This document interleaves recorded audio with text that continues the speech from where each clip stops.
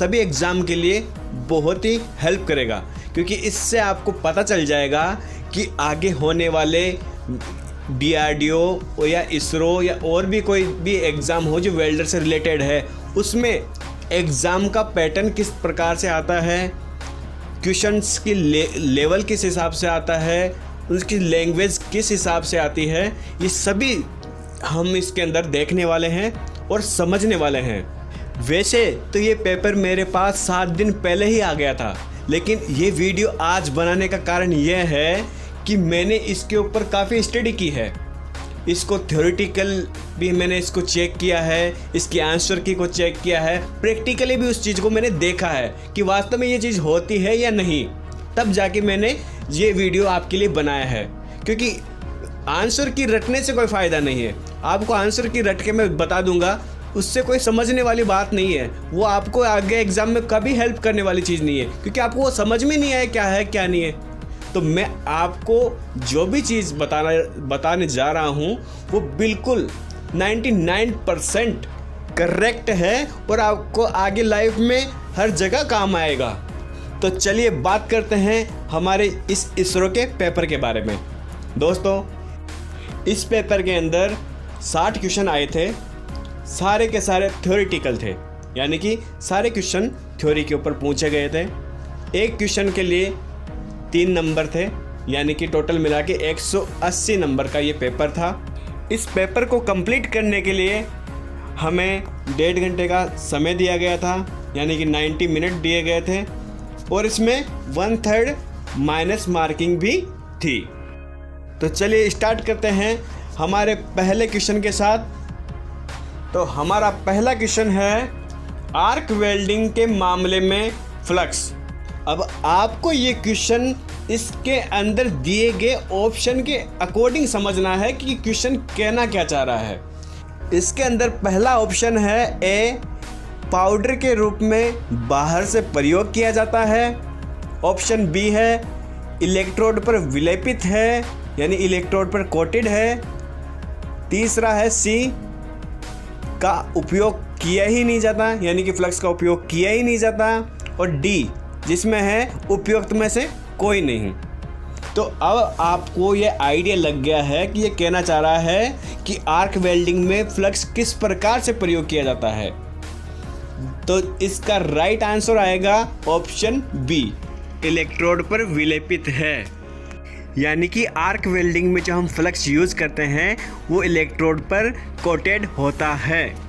इसके बाद हमारा सेकंड क्वेश्चन है मूल धातु की धातु विज्ञान की संरचना को खालिस्तान के द्वारा बदल दिया जाता है। इस क्वेश्चन में एग्जामिनर हमसे पूछ रहा है कि इन दिए गए 4 विकल्पों में से कौन सा वह प्रोसेस है जिसके अंदर पेरेंट मेटल, यानी कि हमारे जॉब के मेट्रोलॉजिकल स्ट्रक्चर को बदल दिया जाता है। इसके लिए 4 विकल्प हैं, वेल्डिंग, बी ब्रेजिंग, सी सोल्डरिंग और डी बी और सी दोनों।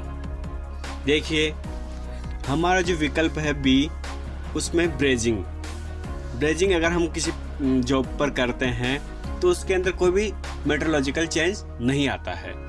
इसके अलावा हमारे पास जो विकल्प सी है सोल्डरिंग, अगर ये भी हम करते हैं किसी जॉब पर तो इससे भी कोई भी मेट्रोलॉजिकल चेंज हमारे जॉब में नहीं आता है। लेकिन जो फर्स्ट वाला विकल्प है, विकल्प ए वेल्डिंग, अगर वेल्डिंग हम किसी जॉब की करते हैं तो हमारे पेरेंट मेटल में हमारे जॉब के अंदर मेट्रोलॉजिकल चेंज आ जाते हैं, मेट्रोलॉजिकल स्ट्रक्चर बदल दिया जाता है। तो वेल्डिंग ही इनमें से हमारा एक ऐसा विकल्प है जिसके अंदर हमारे जॉब की भौतिक संरचना भी बदलती है और हमारे जॉब के मेट्रोलॉजिकल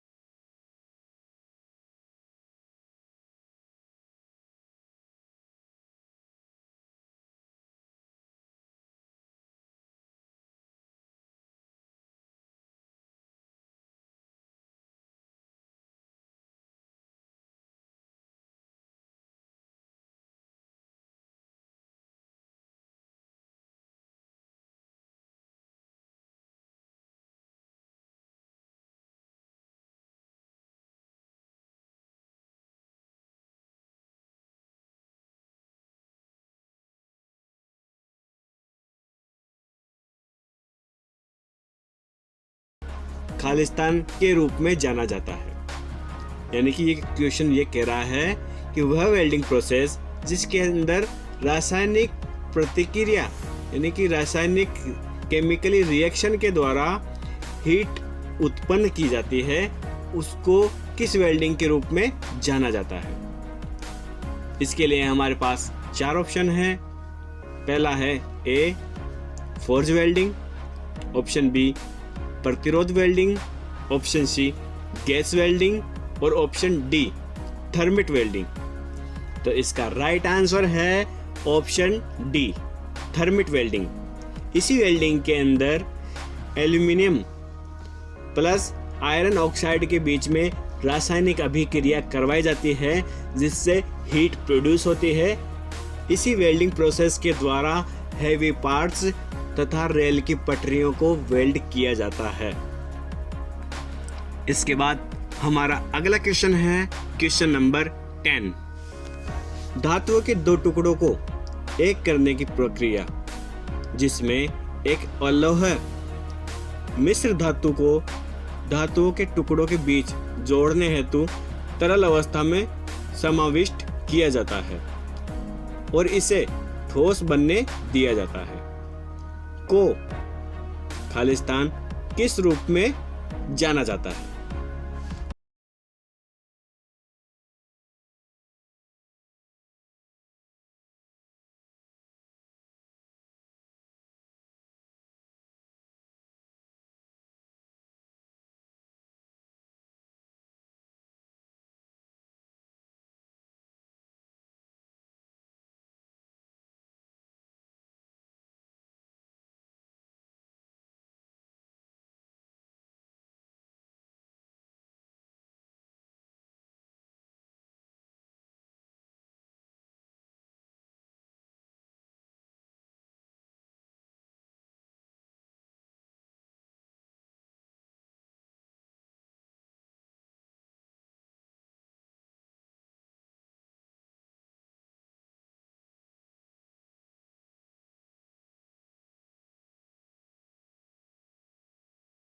फिल्टर का यूज करते हैं जो कॉपर प्लस जिंक की बनी होती है और ये जो प्रोसेस है ये धातुओं को जोड़ने का नॉन फ्यूजन प्रोसेस है। यानी कि 2 मेटल के पार्ट के बीच में इस पेल्टर को ऑक्सी एसिटिलीन फ्लेम की सहायता से मेल्ट करके जॉइंट के बीच में फिल कर दिया जाता है और उसको सॉलिड होने दिया जाता है। सॉलिड होने पर ये मेटल दोनों धातुओं के बीच में बॉन्डिंग बना देता है। तो हमने अब तक 10 क्वेश्चनों को परमानेंटली सॉल्व कर लिया है। यानी कि अब मुझे पूरी उम्मीद है कि आपको ये 10 क्वेश्चन लाइफ में कभी दोबारा समझने की जरूरत ही नहीं पड़ेगी।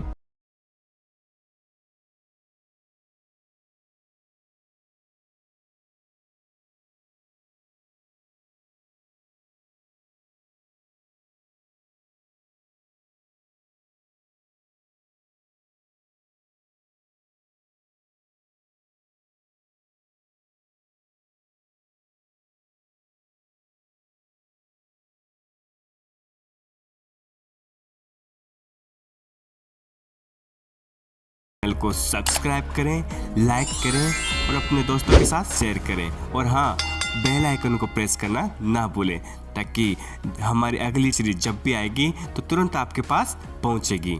तो मिलते हैं क्वेश्चन आंसर सीरीज के साथ। Thank you so much.